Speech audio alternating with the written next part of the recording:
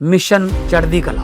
और मैं भारत के हर नागरिक को, उद्योगपति को, चैरिटेबल ट्रस्टों को, कलाकारों को, पूरी दुनिया में बसते पंजाबियों को, बहन भाइयों को दिल से अपील करता हूँ, आओ पंजाब को दोबारा अपने पाँव पे खड़े करने का टाइम आ गया है। पुनर्वास में और रिस्ट्रक्चर में पंजाब का साथ दीजिए। मैं वचन देता हूँ, जो भी आप मेहनत की कमाई से 1 रुपया भी अगर निकालोगे तो 1.25 रुपया बना के हम पारदर्शिता और ईमानदारी से इस्तेमाल करेंगे। और जानकारी चाहिए तो rangla.punjab.gov.in ये वेबसाइट पे जा सकते हैं, सब कुछ डिटेल मिल जाएगा। आओ मिलकर हाथ से हाथ जोड़ के एक ऐसा पुण्य उसमें योगदान डालें और बता दें दुनिया को कि पंजाब किसी भी संकट के सामने हारता नहीं है। नमस्कार, दिन भर की बड़ी खबरों में आपका स्वागत है। मैं हूं आपके साथ अंशिता। आज इस बुलेटिन में बात होगी बिहार की वोटर लिस्ट में पकड़ी गई वोट चोरी की, आरएसएस पर बोलकर फंसे पीएम की, देखेंगे सोने की बढ़ती कीमतों पर कैसे गिरी मोदी सरकार, उत्तराखंड में पत्रकार की कैसे गई जान, देखेंगे बिहार में सीट बंटवारे को लेकर एनडीए में मची घमासान को, और बुलेटिन के आखिर में देखेंगे जाने माने कार्टूनिस्ट इरफान की किस खबर पर पड़ी तिरछी नजर। लेकिन दिन भर की तमाम बड़ी खबरों से पहले एक नजर आज की सुर्खियों पर। अकाली दल छोड़ कांग्रेस में शामिल हुए पूर्व मंत्री अनिल जोशी, छत्तीसगढ़ के पूर्व सीएम भूपेश बघेल की मौजूदगी में पार्टी के लिए सदस्यता। भाजपा से अकाली दल में आए थे जोशी। रेपो रेट में आरबीआई ने नहीं किया बदलाव, 5.5% को रखा बरकरार। आरबीआई गवर्नर संजय मल्होत्रा ने दी जानकारी। उद्धव ठाकरे का बीजेपी सरकार पर तीखा हमला, कहा महाराष्ट्र सरकार को किसानों की जगह क्रिकेट की चिंता, जिन लोगों ने देखा इंडिया पाक क्रिकेट मैच वो देशद्रोही। हरे निशान पर बंद हुआ शेयर बाजार, 715 अंकों की बढ़त के साथ 80,983 पर बंद हुआ सेंसेक्स, वहीं 225 की बढ़त के साथ 24,836 पर बंद हुआ निफ्टी। ये तो थी सुर्खियां। अब बात आज की सबसे बड़ी खबर की। बिहार में एसआईआर की प्रक्रिया के बाद 30 सितंबर को वोटर लिस्ट जारी की गई। ये लिस्ट सामने आने के बाद से ही घमासान मचा हुआ है। चुनाव आयोग पर सवाल उठ रहे हैं कि 47 लाख नाम कैसे काट दिए गए। भारत के इतिहास में पहली बार ऐसा हुआ है कि इतनी बड़ी संख्या में वोट बढ़ने की जगह कम हो गए। इंडिया गठबंधन की तरफ से भी अब चुनाव आयोग को चुनौती देने की तैयारी शुरू हो गई है। बिहार में वोटिंग लिस्ट सामने आने के बाद से ही हंगामा मचा हुआ है। फाइनल वोटिंग लिस्ट में 7,42,00,000 वोटर हैं, जबकि एसआईआर से पहले बिहार की मतदाता सूची में वोटरों की संख्या 7,89,00,000 थी। वोटर लिस्ट आने के बाद से ही इंडिया गठबंधन की तरफ से इसका वेरिफिकेशन शुरू कर दिया गया है। बक्सर से आरजेडी सांसद सुधाकर सिंह ने दावा किया कि कई परिवारों में पुरुष सदस्यों के नाम काट दिए गए, जबकि महिला सदस्य सूची में मौजूद हैं।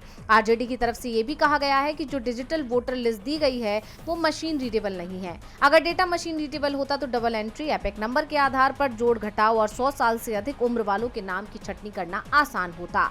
सीपीआई एमएल के महासचिव दीपांकर भट्टाचार्य ने चुनाव आयोग पर सवाल उठाते हुए कहा कि वोटर लिस्ट त्योहारों के समय पर जारी की गई है। इस समय बीएलएज और कार्यकर्ता त्योहारों में व्यस्त हैं। जल्द ही चुनाव का ऐलान भी हो जाएगा। इतने कम समय में डेटा की जांच और आपत्तियां दाखिल करना कठिन है। 65 लाख नाम काटे गए, लेकिन ये साफ नहीं है कि इनमें से कितने दोबारा जोड़े गए। वहीं पूर्णिया से सांसद पप्पू यादव ने तो पूरी वोटर लिस्ट पर ही सवाल उठा दिए। उन्होंने कहा, एसआईआर में पहले बिहार में 7,89,00,000 मतदाता थे, अब 7,41,90,000 मतदाता हैं। मतलब बिहार में भी 47 लाख मतदाता घट गए। बिहार की कुल वयस्क आबादी 8.25 करोड़ है, मतदाता 7.5 करोड़ भी नहीं है। 83 लाख वयस्क आबादी, मतदाता क्यों नहीं है, ज्ञानेश बताओ। वोटर लिस्ट पर चुनावी विश्लेषक योगेंद्र यादव ने भी सवाल उठाए। उन्होंने कहा कि एक महीने में नए मतदाताओं की संख्या 16 लाख से बढ़कर 21 लाख हो गई। सवाल ये है कि ये 5 लाख अतिरिक्त नाम कहां से आए। इंडिया गठबंधन की सबसे बड़ी चिंता तो ये है कि डेटा मशीन रीडेबल फॉर्मेट में नहीं है और चुनाव आयोग की तरफ से दावे आपत्तियों के लिए सिर्फ 72 घंटे का ही समय दिया गया है। ऐसे में इंडिया गठबंधन के लिए बड़ी चुनौती है, तो दूसरी तरफ एनडीए को कोई चिंता नहीं दिख रही है। लेकिन जिस तरह से वोटर लिस्ट में धांधली की खबरें आ रही हैं, उससे चुनाव आयोग और बीजेपी की मिली भगत को लेकर विपक्ष के आरोपों को ही बल मिलता दिख रहा है। बिहार की वोटर लिस्ट को लेकर बवाल मचा हुआ है, तो आरएसएस की स्थापना के 100 साल पूरे होने पर भी सियासी बवाल मच गया है। दिल्ली में संघ के कार्यक्रम में पीएम मोदी पहुंचे, लेकिन संघ चीफ गायब दिखे। वहीं संघ की तारीफ करने पर कांग्रेस ने पीएम को घेर लिया। तो कैसे संघ के कार्यक्रम में मुश्किल में फंसी बीजेपी, देखिए रिपोर्ट। आरएसएस के 100 साल पूरे हो गए। इस मौके पर इसके शताब्दी समारोह को पीएम मोदी ने संबोधित किया। समारोह में पीएम ने संघ की 100 सालों की यात्रा को त्याग, निस्वार्थ सेवा और राष्ट्र निर्माण की अद्भुत मिसाल बताया। उन्होंने कहा कि वो आरएसएस के शताब्दी समारोह का हिस्सा बनकर काफी गर्व का अनुभव कर रहे हैं। इसके साथ ही पीएम ने संघ की तारीफ में कई कसीदे पढ़े। संघ की शाखाओं को लेकर पीएम ने कहा, संघ शाखा का मैदान एक ऐसी प्रेरणा भूमि है जहां से स्वयं सेवक की अहम से वयम की यात्रा शुरू होती है। संघ की शाखाएं व्यक्ति निर्माण की यज्ञ वेदी है। इन शाखाओं में व्यक्ति का शारीरिक, मानसिक और सामाजिक विकास होता है। लेकिन आरएसएस के इस रंग में भंग तब पड़ गया जब कांग्रेस ने इस मौके पर संघ को लेकर सवालों की बौछार कर दी। कांग्रेस ने एक्स पर आरएसएस को देश को बांटने वाला संगठन करार देते हुए आजादी की लड़ाई में आरएसएस के योगदान पर सवाल उठा दिए। कांग्रेस ने लिखा, आरएसएस का कोई भी नेता आजादी की लड़ाई में जेल नहीं गया और 1942 के भारत छोड़ो आंदोलन के दौरान संघ ने अंग्रेजों की मदद की। उस वक्त एक नारा प्रचलित था, जो देशभक्त थे वो जंग में गए, जो गद्दार थे वो संघ में गए। इसके आगे कांग्रेस ने कहा कि आजादी के बाद आरएसएस ने संविधान को नकारकर मनुस्मृति लागू करने की जिद की थी और उनके कार्यकर्ता सीधे तौर पर सरकार चला रहे हैं। कांग्रेस ने चिंता व्यक्त की कि ऐसे संगठन के नेताओं के सत्ता में होने से सामाजिक, राजनीतिक और आर्थिक न्याय की उम्मीद कैसे की जा सकती है।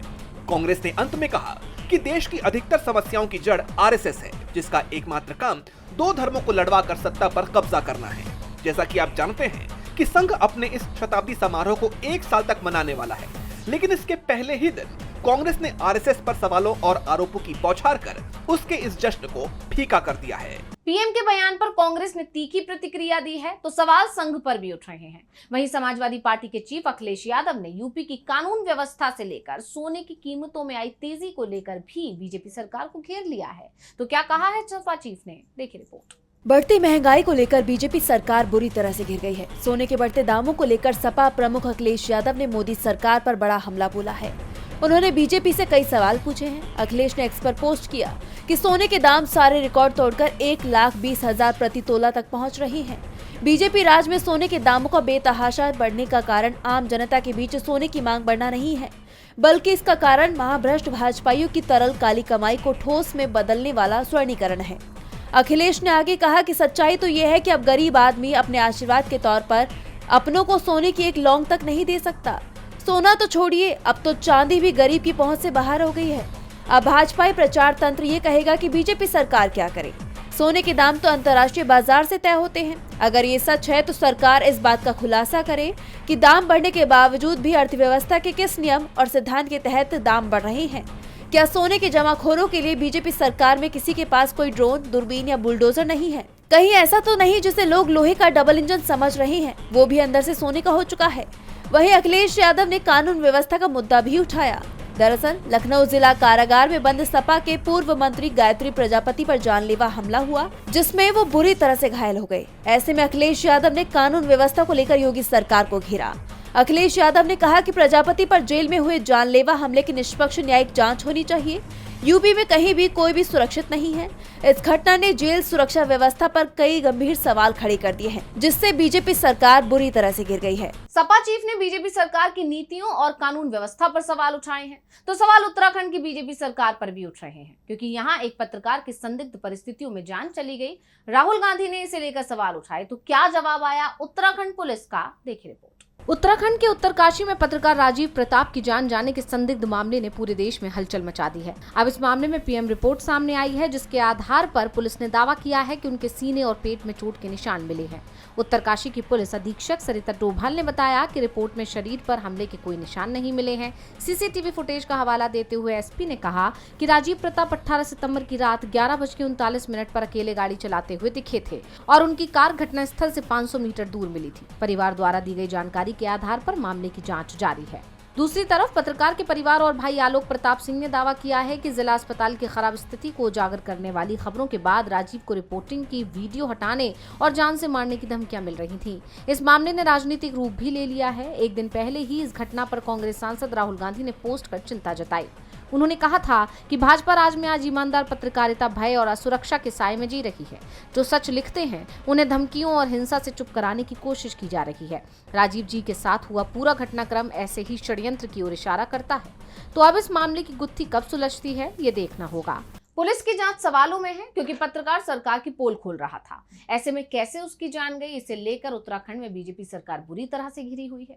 तो बिहार में भी उसकी मुसीबत कम नहीं हो रही है। बिहार विधानसभा चुनाव से पहले सीट बंटवारा बीजेपी की मुसीबत बन गया है क्योंकि चिराग पासवान ने एक बार फिर सख्त तेवर अपना लिए हैं और संकेत दिए हैं कि वो 2020 वाला खेल भी कर सकते हैं। बिहार चुनाव की तारीखों के ऐलान में बस चंद दिनों का वक्त बाकी है और एनडीए में सीट बंटवारे को लेकर तनातनी लगातार बनी हुई है। इस बीच लोक जनशक्ति पार्टी रामविलास के राष्ट्रीय अध्यक्ष चिराग पासवान के एक बयान से एनडीए के भीतर हलचल तेज हो गई है। चिराग पासवान ने साफ कर दिया है कि उन्होंने अभी ये तय नहीं किया है कि वो खुद विधानसभा का चुनाव लड़ेंगे या नहीं। उन्होंने स्पष्ट किया है कि उनकी उम्मीदवारी पूरी तरह से सीट बंटवारे पर निर्भर करेगी। उन्होंने कहा, पहले ये साफ होना जरूरी है कि कितनी सीटों पर लोक जनशक्ति पार्टी रामविलास चुनाव लड़ रही है। जब ये स्थिति स्पष्ट होगी तभी ये तय किया जाएगा कि मैं स्वयं चुनाव मैदान में उतरूंगा या नहीं। राजनीतिक जानकारों का मानना है कि चिराग पासवान का ये बयान सिर्फ उनकी निजी उम्मीदवारी तक सीमित नहीं है, बल्कि ये गठबंधन की राजनीति में उनकी पार्टी के महत्व को दर्शाने का एक बड़ा दांव है। उनका ये रुख साफ संकेत देता है कि अगर एनडीए के भीतर उन्हें पर्याप्त और सम्मानजनक सीटें नहीं मिलती हैं, तो फिर वो दूसरा रास्ता अपनाने से भी नहीं हिचकिचाएंगे। दूसरे रास्ते का मतलब या तो अकेले चुनाव मैदान में उतरना हो सकता है, जैसा कि उन्होंने 2020 के चुनाव में किया था, या फिर किसी पार्टी के साथ गठबंधन कर वो चुनावी मैदान में उतर सकते हैं। वैसे चिराग के लिए अब कोई भी फैसला लेना आसान नहीं है क्योंकि चुनाव का ऐलान एक हफ्ते के अंदर ही हो जाएगा। ऐसे में सवाल उठ रहा है कि चिराग के सख्त तेवर क्या एनडीए में ज्यादा से ज्यादा सीट हासिल करने के लिए हैं, या फिर वो कोई अलग रास्ता अपनाने का प्लान तैयार कर चुके हैं। चिराग ने बीजेपी को चिंता में डाल रखा है तो लद्दाख की स्थिति के चलते पूरा देश ही चिंता में दिख रहा है। लद्दाख में केंद्र सरकार के खिलाफ शुरू हुए प्रदर्शन के बाद से ही हालात सामान्य होते नहीं दिख रहे हैं। केंद्र के खिलाफ यहाँ के तमाम संगठनों ने अपना रुख सख्त कर लिया है। तो कैसे लद्दाख मामले में मुश्किल में फंसी मोदी सरकार, देखेंगे रिपोर्ट। लद्दाख में हुई हिंसा के बाद अब हालात में सुधार आता दिखाई दे रहा है। लेह में कर्फ्यू में ढील दी गई, लेकिन गृह मंत्रालय के आदेश के मुताबिक लद्दाख में 3 अक्टूबर तक मोबाइल इंटरनेट सेवाएं बंद रहेंगी। आपको याद होगा, हिंसक विरोध प्रदर्शनों के बाद 24 सितंबर को लेह में कर्फ्यू लगा दिया गया था। इस घटना के बाद सोनम वांगचुक को गिरफ्तार कर दिया गया और अब जिस तरह की खबरें सामने आ रही हैं, उसको लेकर सरकार के साथ ही मीडिया पर लद्दाख की जनता का गुस्सा फूट पड़ा है। सिर्फ जनता ही नहीं बल्कि लद्दाख के बीजेपी नेता ताशी ग्याल्सन ने भी लद्दाख में हुई हिंसा के बाद नेशनल मीडिया की कड़ी आलोचना की। उन्होंने सोशल एक्टिविस्ट सोनम वांगचुक पर एनएसए के तहत मुकदमा चलाने और लद्दाख के लोगों को देशद्रोही कहे जाने पर कड़ी निंदा की है। कांग्रेस नेता बीवी श्रीनिवास ने बीजेपी नेता ताशी ग्याल्सन का वीडियो एक्स पर शेयर किया है। वीडियो के साथ ही उन्होंने लिखा कि ये बीजेपी नेता ताशी ग्याल्सन है। इन्होंने बीजेपी प्रत्याशी के तौर पर लद्दाख से 2024 में लोकसभा का चुनाव लड़ा। इनके अनुसार नेशनल मीडिया टीआरपी के लिए लद्दाख की जनता को देशद्रोही बता रही है। ये शर्मनाक है और ऐसे चैनलों पर कड़ी कार्रवाई होनी चाहिए। बीवी श्रीनिवास ने ताशी ग्याल्सन का जो वीडियो शेयर किया है, उसमें बीजेपी नेता कह रहे हैं कि देश जब भी कठिन परिस्थितियों में रहा है, तब लद्दाख के लोग मदद के लिए आगे निकल कर आए हैं। आर्मी का सहयोग बन के लोगों ने काम किया है। युद्ध के समय में दवा और खाना पहुंचाने का काम किया है। अपनी जान को दांव पर लगाकर यहाँ लोगों ने मदद की है और उन्हीं लोगों को कुछ नेशनल मीडिया अपनी टीआरपी के लिए देशद्रोही बता रही है। उन पर कार्रवाई होनी चाहिए। ये शर्मनाक है। बीजेपी नेता के बयान में मीडिया की आलोचना के साथ साथ केंद्र सरकार की आलोचना भी शामिल है, जिसके चलते लद्दाख हिंसा के मामले में बीजेपी दो तरफा घिर गई है।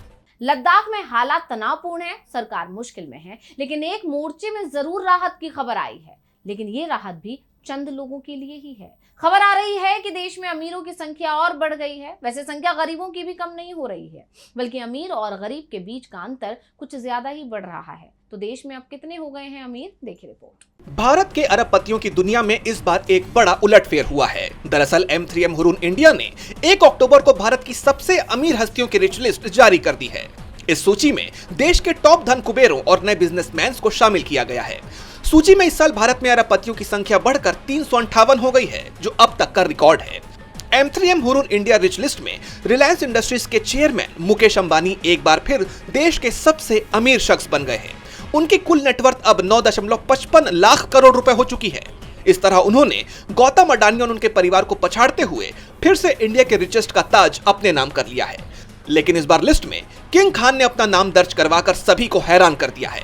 बता दें कि शाहरुख खान पहली बार बिलियनियर्स क्लब में शामिल हुए हैं। वहीं मिली जानकारी के मुताबिक देश में अमीरों का आंकड़ा बीते 13 साल में 6 गुना से ज्यादा बढ़ गया है। बता दें कि M3M Hurun India rich list 2025 में शामिल किए गए अरबपतियों की कुल संपत्ति 167 लाख करोड़ रुपए हो गई है, जो भारत के जीडीपी का लगभग आधा है।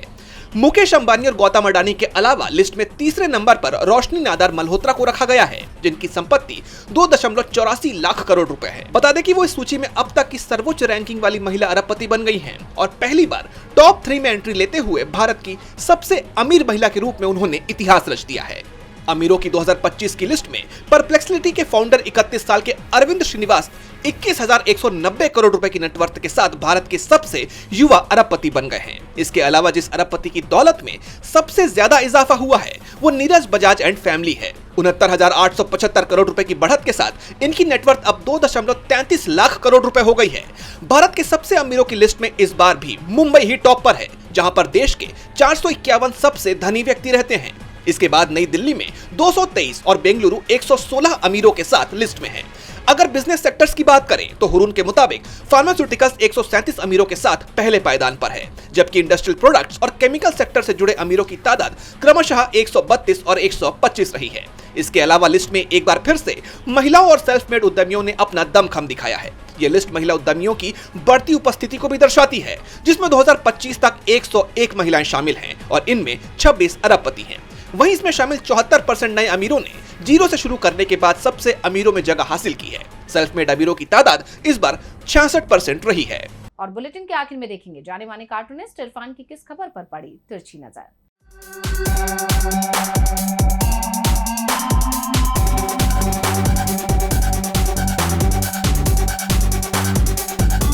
मोदी सरकार ने एक और प्रयोग किया है। वो करती क्या है कि एक प्रयोग जब उसका सफल हो जाता है तो दूसरी बार में उसको पूरी तरह से पूरे देश में वो लागू कर देती है।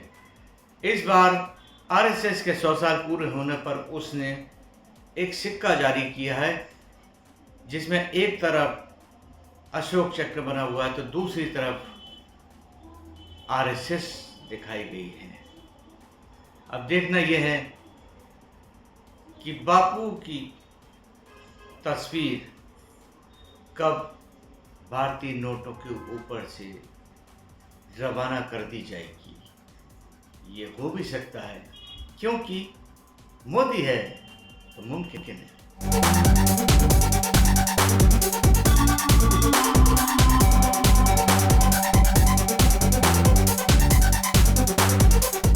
बहुत बहुत शुक्रिया इरफान जी। तो आज इस बुलेटिन में इतना ही। आप देखते रहिए डीवी लाइव और मुझे दीजिए इजाजत। नमस्कार।